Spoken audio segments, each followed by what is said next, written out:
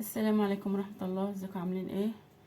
كل سنة وانتم طيبين وبمناسبة قرب مولد النبي بخير. النهاردة هنعمل مع بعضينا السمسمية بطريقة بسيطة بإذن الله هتطلع زي اللي احنا بنجيبها من المحلات. يلا نبدأ بسم الله ونقول انا معايا كوبايتين سمسم نقياهم، ومعايا كوباية ونص، كوباية وربع سكر، 3 معالق عسل جلوكوز. يلا نبدأ بسم الله ونعمل السمسمية بتاعتنا. انا دلوقتي هحمص السمسم بتاعنا ونطلع منه الرطوبه.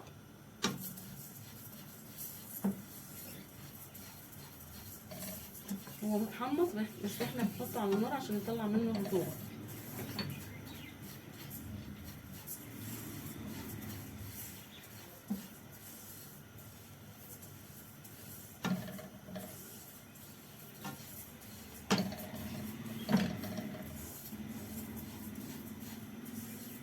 السمسم بتاعنا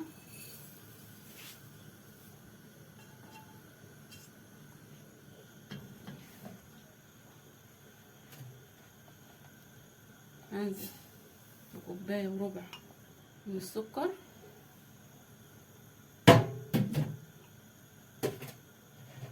عليها كوبايه ميه وادلق كده حواليها.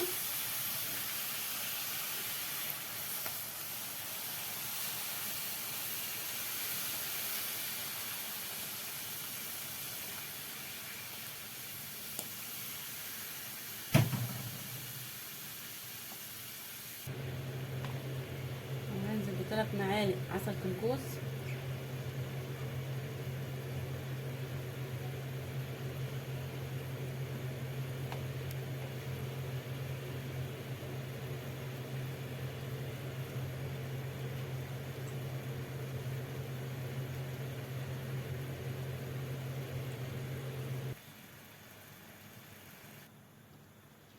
انزل بذره من ملح الليمون وفانيليا،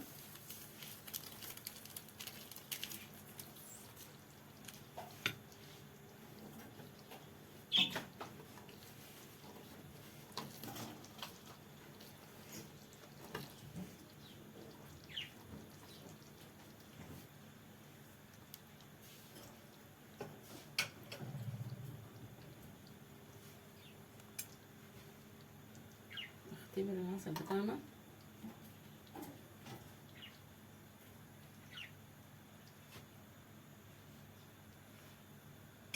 لسه طري، عاوزه شويه.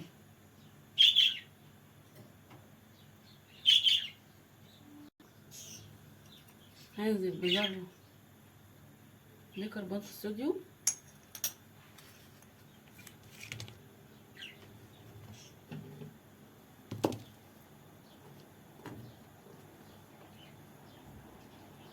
اول ما الاقيها كده تعمل فوران ننزل بالسمسم بتاعنا،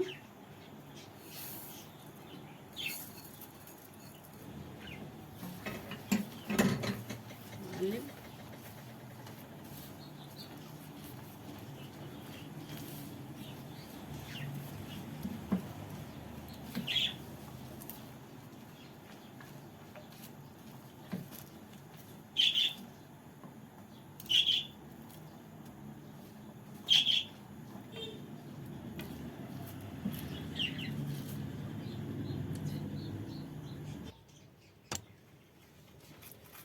هنا خلاص صبيتها في الكيس بتاعنا زي ما انتوا حضراتكم كده شايفين.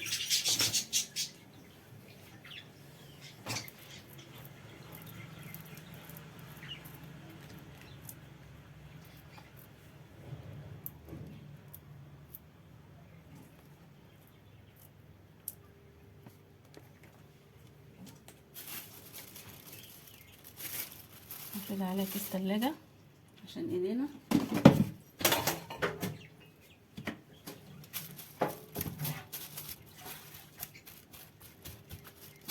كده على طول حته كده نضيف عشان ايدينا.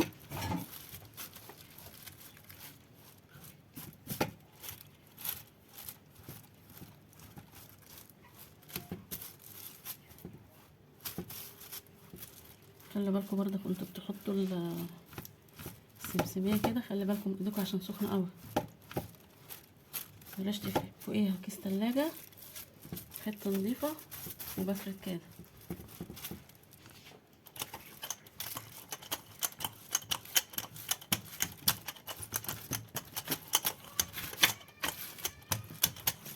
حطوها بالسمك اللي انتوا عاوزينه.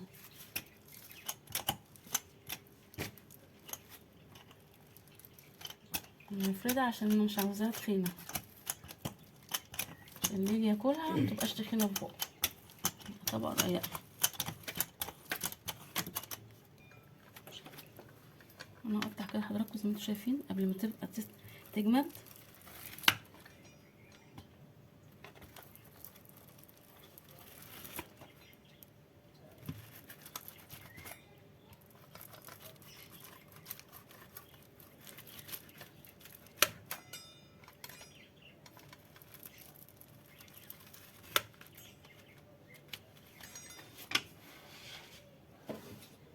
السمسميه بتاعتنا زي ما حضراتكم كده شايفين منظر السمسميه. شايفين ده سامعين القرمشه بتاعتها؟ نعم سامعين. تحفه. كوبايتين سمسم. عملنا الكميه ديت حضراتكم كده شايفينها. وانتوا لو هتروحوا تجيبوا الكميه ديت من عند اي بتاع حلويات المولد هتجيبوها بكام؟ انتوا عارفين الايام ديت الاسعار. تفرشوا كده فيها كيس تلاجة وتحتفظوا بيها كده اهو في علبة عشان الرطوبة، عشان مفيش حاجة تمشي عليها. ركوا كده ما انتوا شايفين. فرشت كيس تلاجة وحطيتها في العلبة عشان الرطوبة ما تخليهاش تطرى. اركنها في اي مكان على المطبخ نيجي نستعملها وناكل منها.